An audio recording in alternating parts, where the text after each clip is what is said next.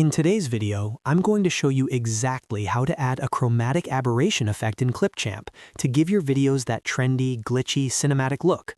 Chromatic aberration is a popular visual effect that separates colors slightly around the edges of your footage, creating a subtle distortion or retro vibe that's perfect for edits, gaming videos, music content, or dramatic scenes. The best part is that Clipchamp makes it incredibly easy to apply. If you find this tutorial helpful, make sure to hit that like button and subscribe to the channel so you don't miss any future editing tips. Now, let's jump right in. First, open Clipchamp and go to any project of your choice. Once your project is open, head down to your timeline and select the video clip where you want to add the chromatic aberration effect. It's very important that you click directly on the clip in the timeline because Clipchamp only shows the editing options for the item you have selected. When the clip is selected, you'll notice the editing panel appear on the right-hand side of the screen. Next, look for the Effects option in that right side editing panel and click on it. This will open up the Effects library where you can browse through all the available visual effects that Clipchamp offers. Scroll through the list until you find the effect called Chromatic Abberation.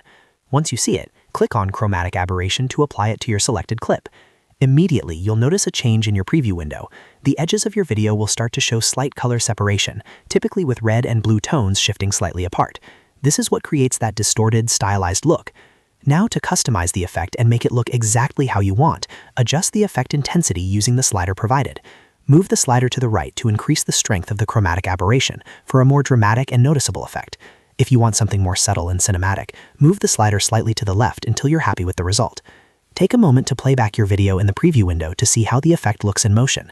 Sometimes chromatic aberration looks stronger when the video is playing compared to when it's paused, so always preview it before finalizing.